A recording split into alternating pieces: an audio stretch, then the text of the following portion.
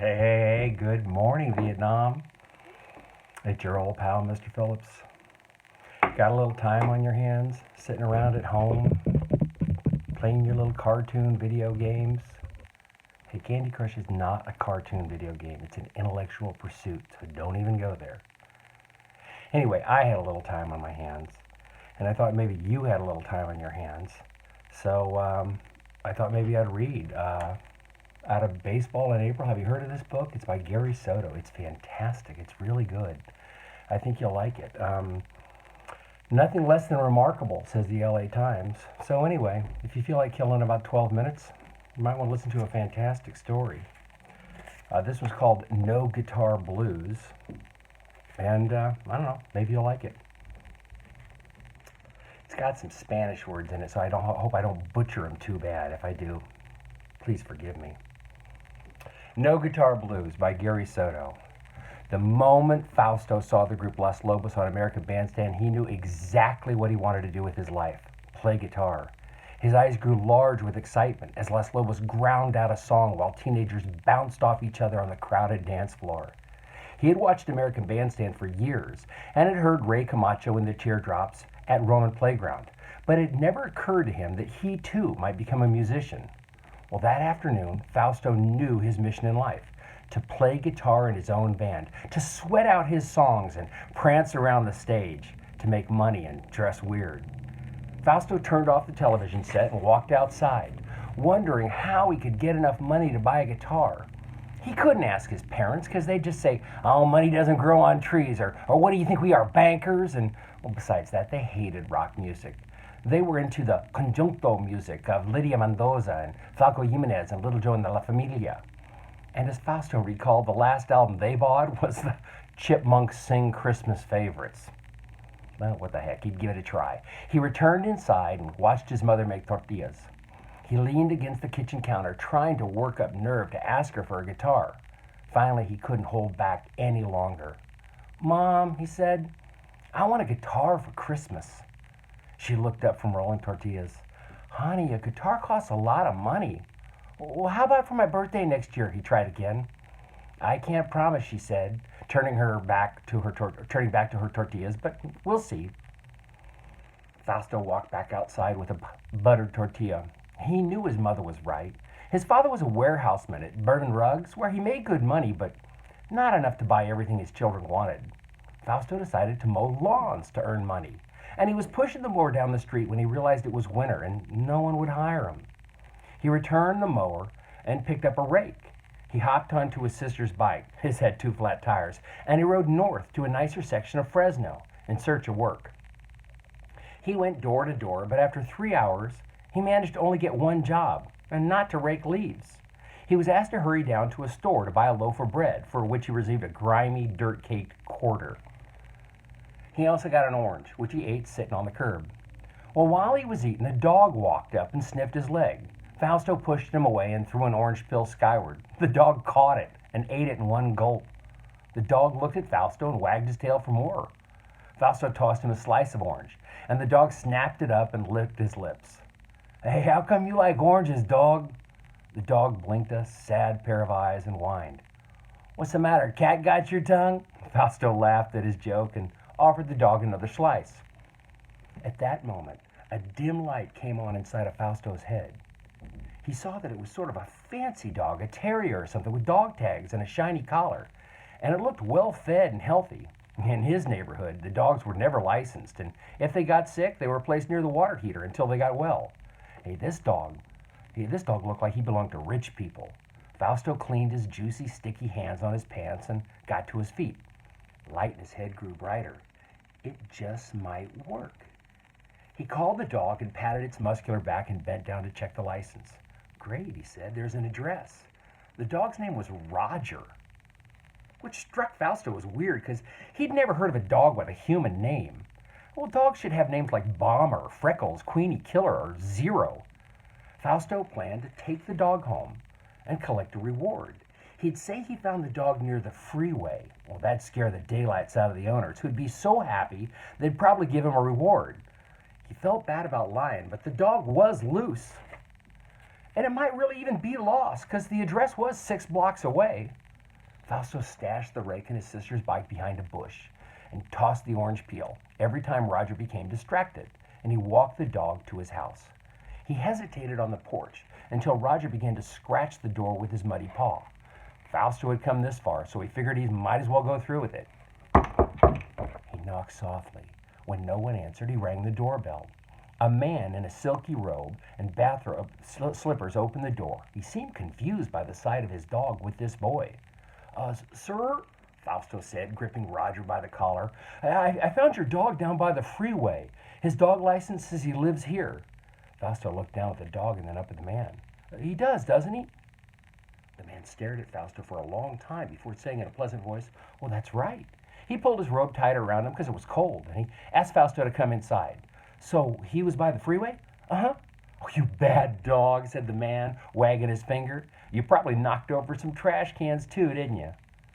Fausto didn't say anything. He looked around, amazed by this house with its shiny furniture and a television as large as the front window at home. Warm bread smells filled the air, and music full of soft tinkling floated in from another room. Helen, the man called into the kitchen, we have a visitor. His wife came into the living room, wiping her hands on a dish towel and smiling. And who have we here? She asked in one of the softest voices Fausto had ever heard. This young man said he found Roger near the freeway. Fausto repeated his story to her while staring at the perpetual clock with a bell-shaped glass, the kind his aunt got when she celebrated her 25th anniversary. The lady frowned and said, wagging her finger at Roger, oh, you bad boy. It was very nice of you to bring Roger home, the man said. Where do you live? By the vacant lot on Olive, he said. You know, by Brownie's fireplace? The wife looked at her husband, and then Fausto.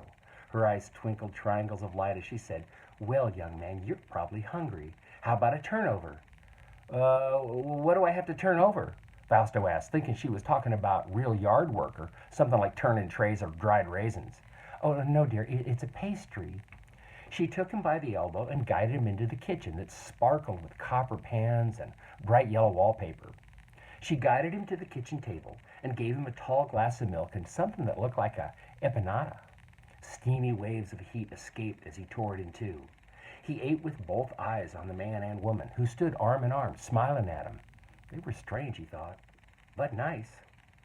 Oh, that was good, he said after he finished the turnover. Did you make it, ma'am?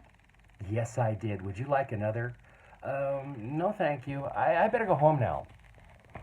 As Fausto walked to the door, the man opened his wallet and took out a bill.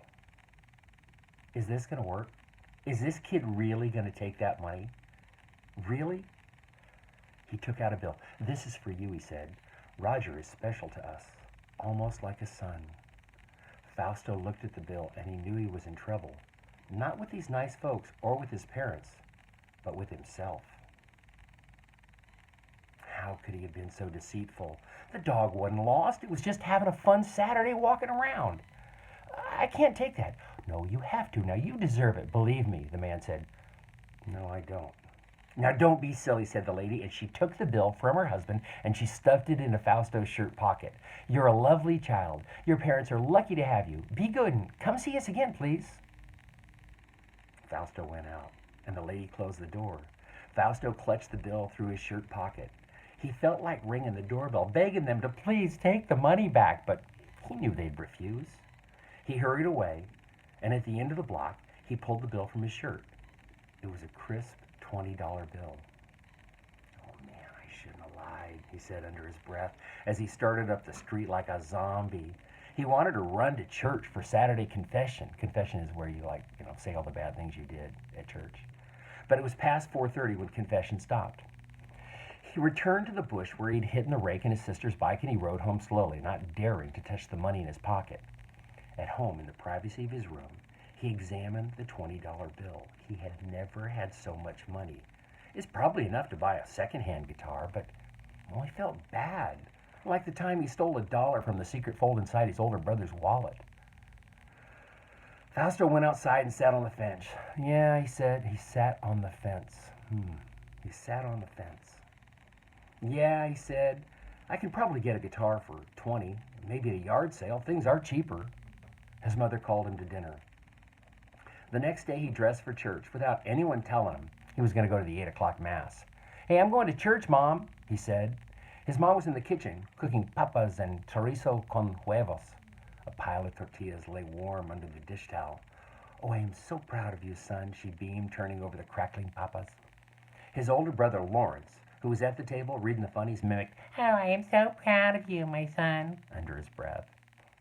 At St. Teresa's, he sat near the front. I guess that's the church. When Jerry began saying that we're all sinners, Fausto thought he looked right at him. How could he know? Fausto fidgeted with guilt. No, he thought, I only did it yesterday. Fausto knelt, prayed, and sang, but he couldn't forget the man and the lady, whose names he didn't even know, and the empanada they had given him. It had a strange name, but it tasted really good. He wondered how they got rich and how that dome clock worked. He asked his mother once how his aunt's clock worked, and she said it just worked, like the way a refrigerator works. It just did. Fausto caught his mind wandering, and he tried to concentrate on his sins. He said a Hail Mary, that's a prayer, and he sang, and when the wicker basket came his way, sometimes at church they pass around a wicker basket and you're supposed to put money in it, like as a donation. Fausto caught his mind wondering. He said a Hail Mary, and when the wicker basket came around his way, is this kid going to take... Shouldn't he buy the guitar? I mean, that's what the whole thing was for. It worked, didn't it? He should buy the guitar. And when the wicker basket came his way, he stuck his hand reluctantly in his pocket and he pulled out the $20 bill. He ironed it between his palms and he dropped it into the basket. The grown-ups had stared. Here was a kid dropping $20 in the basket while they just gave $3 or $4. There'd be a second collection for St. Vincent de Paul, the lector announced. The wicker baskets again floated around the pews, and this time the adults around him, given a second chance to show their charity, dug deep into their wallets and purses and dropped 5s and 10s. This time Fausto tossed in the grimy quarter. Remember the one he earned earlier? Fausto felt better after church. He went home and played football in the front yard with his younger brother and some neighborhood kids. He felt cleared of wrongdoing and was so happy that he played one of the best games of football he ever had. On one play, he tore his good pants, which he knew he shouldn't have been wearing. For a second, while he was examining the hole, he wished he had that $20. Wished he hadn't given it away. Man, I could have bought me some Levi's, he thought. He pictured his $20 being spent to buy church candles. He pictured a priest bringing an armful of flowers with his money. Fausto had to forget about getting the guitar. He spent the next day playing soccer in his good pants, which were now his old pants. But that night during dinner, his mother said she remembered seeing an old bass guitaron the time she cleaned out her father's garage. I think it's one of these big, huge bass guitars that you see like in a Maharishi band. It's a little dusty, his mom said, serving his favorite enchiladas, but I think it works. Grandpa says it works. Fausto's ears perked up. That was the same kind that the guy in Los Lobos played. Instead of asking for the guitar, he waited for his mother to offer it to him. And she did, while gathering the dishes from the table. No, Mom, I'll do it, he said, hugging her. I'll do the dishes forever if you want. It was the happiest day of his life. No, it was the second happiest day of his life. The happiest day was when his grandfather Lupe placed the guitaron, which was nearly as huge as a washtub, in his arms. Fausto ran his thumb down the strings, which vibrated deep in his throat and chest. It sounded beautiful, deep and eerie. A pumpkin smile widened on his face. Okay, Hijo, Hijo. Now, you put your fingers like this, said his grandfather, smelling the tobacco and aftershave. He took Fausto's fingers and he placed them on the strings. Fausto strummed a chord on the guitaron, and the bass resounded in their chests. The guitaron was a bit more complicated than Fausto imagined, but he was confident that after a few more lessons, he could start a band that would someday play on American Bandstand for the dancing crowds. It's amazing, a short story. I mean, you've got to establish setting, character, plot, conflict, rising action, climax, resolution. This dude did that in 9 pages. I think he even threw in a theme, like a universal message, like something people get tattooed on their bodies. I mean, what is it? Don't rip off old people. Don't rip off rich people. Do anything you can do to get your dreams to come true. I don't know. What do you think the theme is? I don't know. There was one line in here I thought was pretty good. Fausto looked at the bill and knew he was in trouble, not with these nice folks or with his parents, but with himself. He's got that inner voice telling him what to do. I thought it was good. I think this guy is good. It's Gary Soto. It's baseball in April. Thank you, Gary Soto, for writing this, by the way. Very nice of you. You're an excellent writer. There's a bunch of good stories in here. You can go to the library or get it from Amazon, whatever. Read some more. So I don't know. That killed 15 minutes and 18 seconds. So I hope you enjoyed it. I hope you'll be back in school real soon. Okay? Always hope. See? I think it's getting bushy. Thickening up. Plenty of hope. All right. Take care, my friends. Adios.